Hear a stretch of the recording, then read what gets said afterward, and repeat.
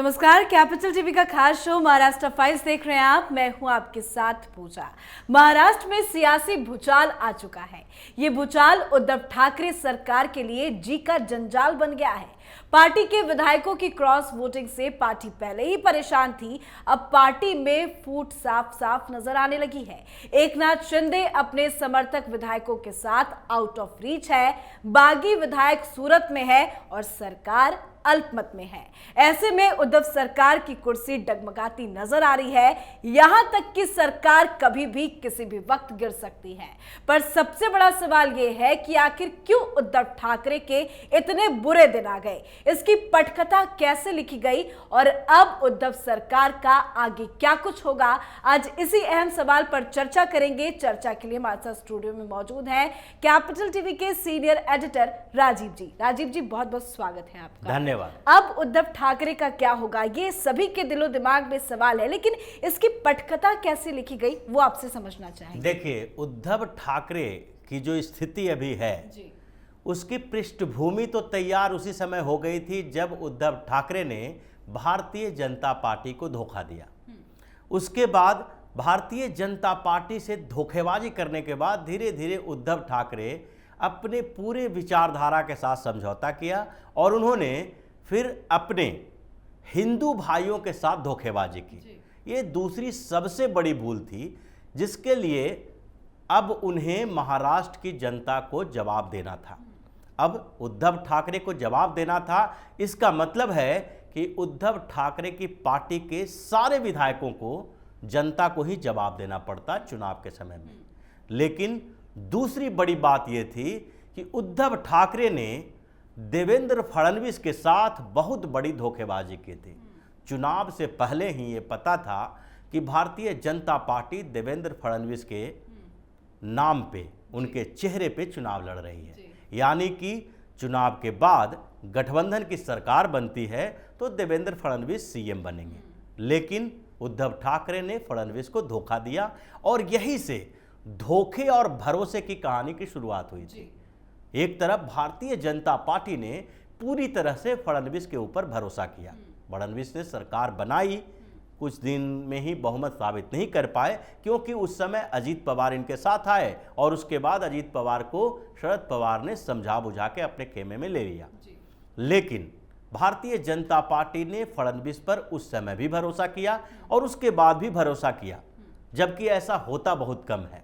जब भी किसी पार्टी में इतनी बड़े पैमाने पर अगर फेरबदल हो और उसके बाद किसी बड़े नेता को इतना बड़ा झटका लगे, एक तरह से बेइज्जती थी भारतीय जनता पार्टी के लिए कि बहुमत ना होते हुए भी आपने आनन फानन में सरकार बना ली।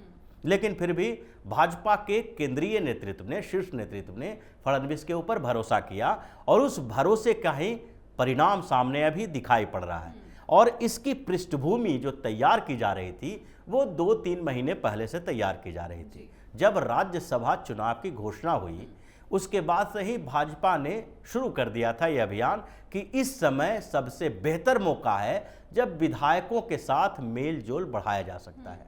और महाराष्ट्र की राजनीति में यही 3 पार्टियां नहीं हैं जो महाविकास अघाड़ी का हिस्सा हैं। इसके अलावा भी करीब करीब 11 छोटी पार्टियां हैं जिसके 16 विधायक अभी महाराष्ट्र विधानसभा के सदस्य हैं। दूसरी तरफ 13 निर्दलीय विधायक भी हैं। तो भारतीय जनता पार्टी को यह लग रहा था कि बहुत सारे निर्दलीय विधायक हैं जो अभी नाराज चल रहे हैं उद्धव ठाकरे से, कांग्रेस से या एनसीपी से, क्योंकि महाविकास अघाड़ी को समर्थन देने के बावजूद इन लोगों को कुछ भी सरकार में मिला नहीं है। तो वहीं से देवेंद्र फडणवीस ने रणनीति बनानी शुरू की कि पहले इन विधायकों को अपने साथ लाया जाए। जब ये विधायक हमारे साथ आएंगे तो उसके साथ साथ शिवसेना के नेताओं से संपर्क किया जाना चाहिए।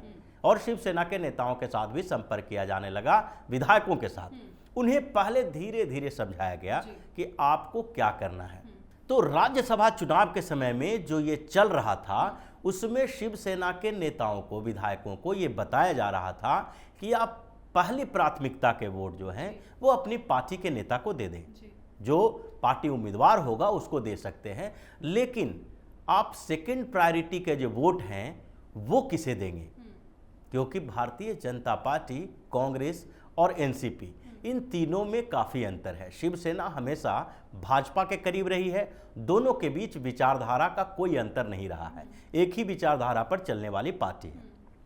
और इसके लिए भाजपा के देवेंद्र फडणवीस ने एक और दूसरे नेता को आगे बढ़ाया और वो थे आशीष कुलकर्णी। आशीष कुलकर्णी महाराष्ट्र इकाई के भाजपा के उपाध्यक्ष हैं और वो पहले शिवसेना में थे, लंबे समय तक शिवसेना के साथ रहे। 2003 में उन्होंने भारतीय जनता पार्टी ज्वाइन किया था। इसके कारण उनका भी शिवसेना में संपर्क अच्छा था।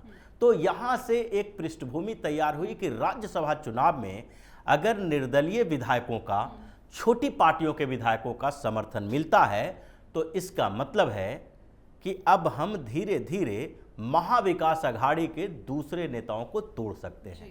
इससे संपर्क अभियान शुरू हुआ और आशीष कुलकर्णी ने भी इसमें अहम भूमिका निभाई। देवेंद्र फडणवीस और कुलकर्णी दोनों ने मिलकर निर्दलीय विधायकों को अपने साथ रखा। राज्यसभा चुनाव हुआ और राज्यसभा चुनाव में शिवसेना को एक सीट का नुकसान हुआ। राज्यसभा चुनाव में शिवसेना को एक सीट का नुकसान हुआ। भारतीय जनता पार्टी को पूरा जो वोट मिला उसमें देखा जाए तो 123 विधायकों का समर्थन भाजपा को मिला, जबकि 106 विधायक भाजपा के हैं। यानी कि अगर देखा जाए तो 17 वोट भारतीय जनता पार्टी को ज़्यादा मिला, यानी कि 17 विधायकों ने भाजपा को समर्थन दिया जो निर्दलीय थे और छोटी पार्टियों के थे। अब यहाँ से भारतीय जनता पार्टी को लगने लगा कि अब हमारे पास समर्थन बढ़ रहा है, विधायक नाराज हैं और उस संपर्क अभियान में ही कई नेताओं से शिवसेना के भी बातचीत जो हो रही थी, तो उससे पता चल रहा था कि शिवसेना के नेता और शिवसेना प्रमुख दोनों के बीच बहुत बड़ा गैप है।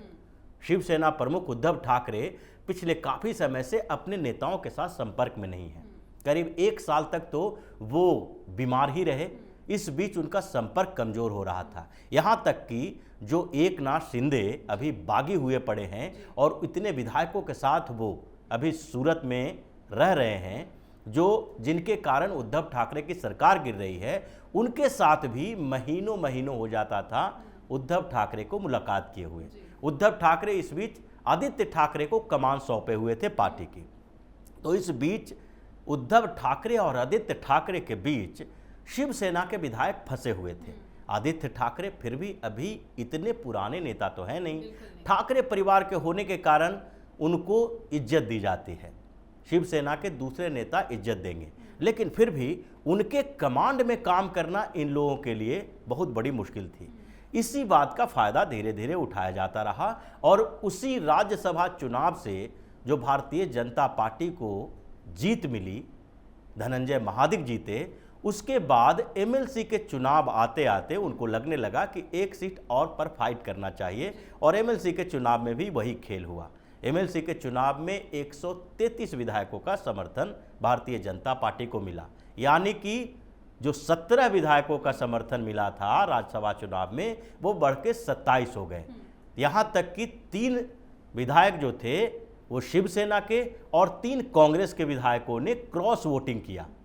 अब ऐसी स्थिति में लगने लगा शिवसेना के नेताओं को भी कि अब स्थिति शिवसेना में रहने के लायक नहीं है, क्योंकि अब आगे जो चुनाव होगा उसमें शिवसेना के लिए अपने विचारधारा के आधार पर चुनाव लड़ना मुश्किल हो जाएगा। और यहीं से शिंदे की भी महत्वाकांक्षा बढ़ी और एकनाथ शिंदे की पहले से भी भारतीय जनता पार्टी से, देवेंद्र फडणवीस से बातचीत होती रही है। यहाँ तक कि अभी जो देख रहे हैं कि देवेंद्र फडणवीस खुद उनसे बात करने के लिए सूरत गए हुए हैं और इन लोगों ने जब महाराष्ट्र से निकलने की बात इनकी हुई तो ये कहाँ गए? गुजरात गए। गुजरात में भारतीय जनता पार्टी की सरकार है। इनको पता था कि हम पूरी तरह से सुरक्षित रहेंगे। ऐसा नहीं है कि वो महाराष्ट्र से निकल के कर्नाटक भी जा सकते थे, कर्नाटक में भी भाजपा की सरकार है, लेकिन फिर भी कर्नाटक में उनका संपर्क उतना बेहतर नहीं।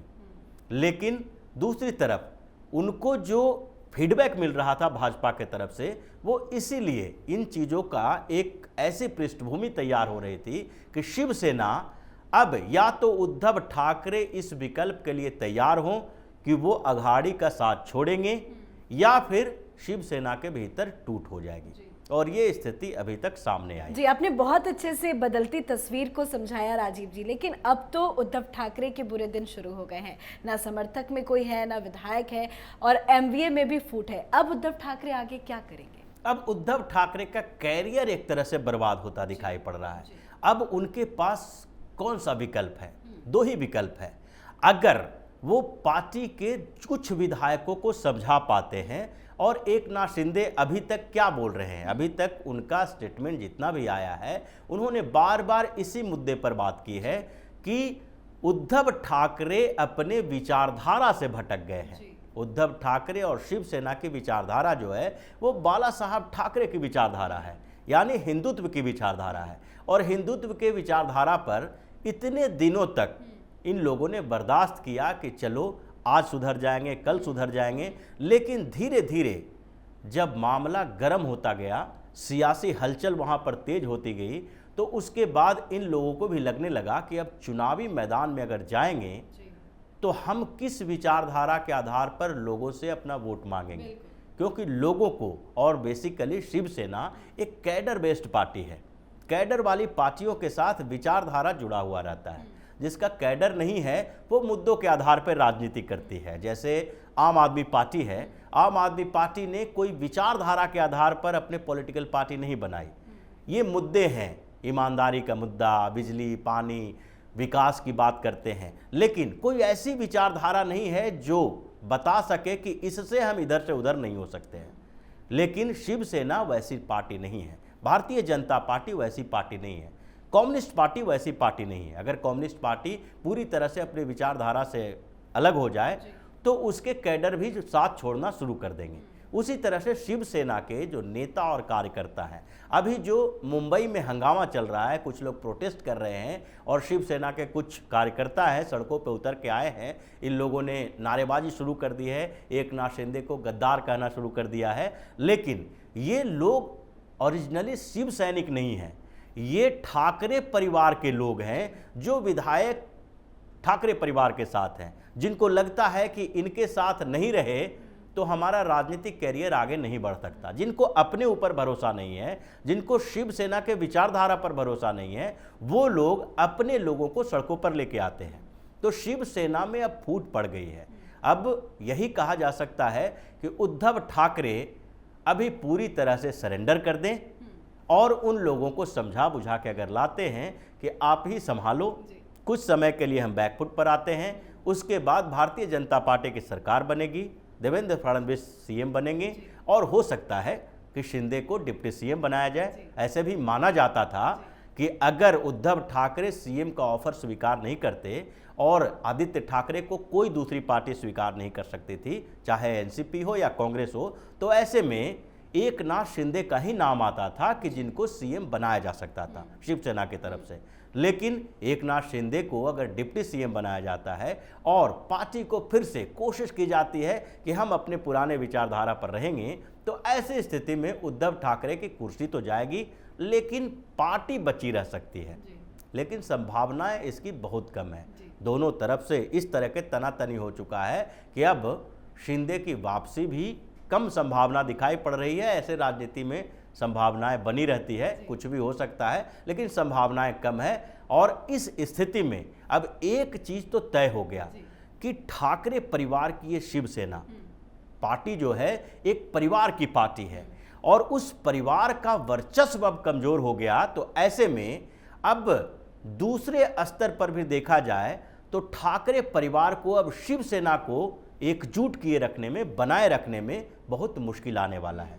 कुर्सी तो जाएगी, अब पार्टी के ऊपर उनका कमांड भी कमजोर हो जाएगा। जी, महाराष्ट्र पॉलिटिकल क्राइसिस को आपने बहुत अच्छे से समझाया। बहुत बहुत शुक्रिया बातचीत के लिए। धन्यवाद। तो एकनाथ शिंदे की बगावत के बाद महाराष्ट्र सरकार अल्पत में आ रहा है। कहा जा रहा है कि एकनाथ शिंदे के समर्थन में काफी ज्यादा विधायक हैं और जैसे ही वो अपने विधायकों के साथ पार्टी से अलग होते हैं तो महाराष्ट्र में सियासी समीकरण बदल जाएंगे और सबसे बड़ी बात, सरकार झटके में गिर जाएगी। महाराष्ट्र के सियासी भूचाल पर आपकी क्या कुछ राय है, कमेंट करके जरूर बताएं।